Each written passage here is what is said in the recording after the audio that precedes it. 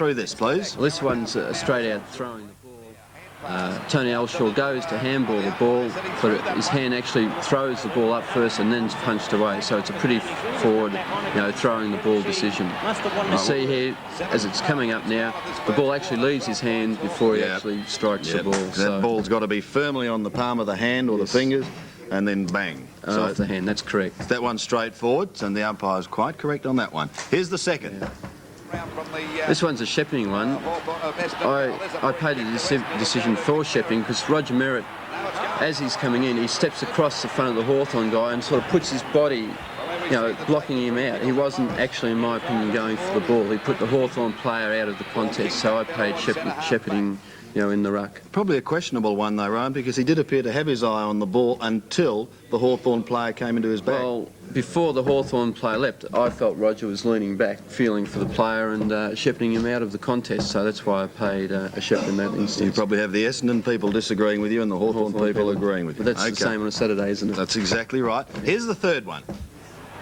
This one here is I paid too high in the head.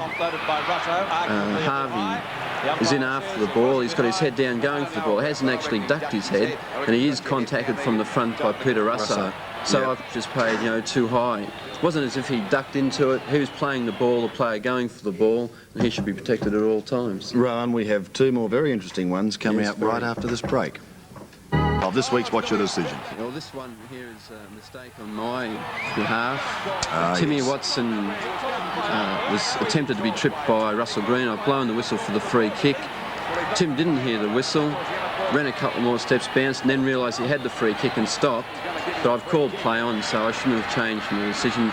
Probably there should have been a ball-up decision given, but I shouldn't have allowed him to go back. I made another act of play by calling play on. I gave Tim the benefit of the doubt, but I'm wrong in that case. No, well, that doesn't matter. It's good to see that you can say that you have made a mistake. Not only do the players make errors, the umpire, we all do. We all make mistakes, that's for sure. Here's the fifth and final one, Rowan. This one here is about wasting time. I paid a free kick for dropping the ball against Judge. He throws the ball back, but Gary Foles sort of pulls away from the ball. I didn't think it was a deliberate wasting of time. I believe Gary Foles also contributed sort of slightly by not putting out his hands and catching the ball. The ball was there. You can see him pull his hands away. I felt he could have just reached out and got the ball, but I gave 15-metre penalty. Well, that one is 6 of one and a half and does the other. I mean, if we are going to police a rule on time wasting, shouldn't any form of time wasting be reportable? I feel Ken Judge in that instance was doing the right thing. He threw the ball back on the full. It wasn't at a fair rate of knots. At a fair rate of knots, but the Essendon player still could have put out his hands and caught the ball.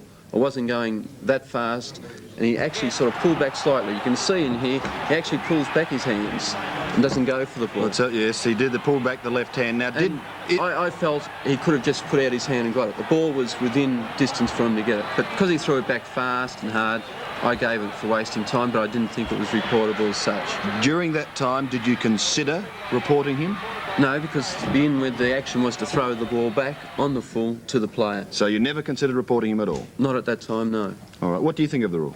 I think it's good. I think after Roger Merritt was reported, all the players from then on threw the ball back to the players or didn't pick the ball up at all or let go of players when asked too quickly. And I think the game flowed, and I believe that made a better spectacle of the game because players weren't dragging down other players, and I really believe it has worked. Well, just a reminder too about our poll. We'd love you to phone in either a yes or a no. For yes, you agree with it. Should it be a reportable offence? 11557. If you disagree, no, it's 11554. And to present the prize is a man who probably on many occasions could be accused of time wasting. I've wasted a bit of time. Rowan must have been pretty hot out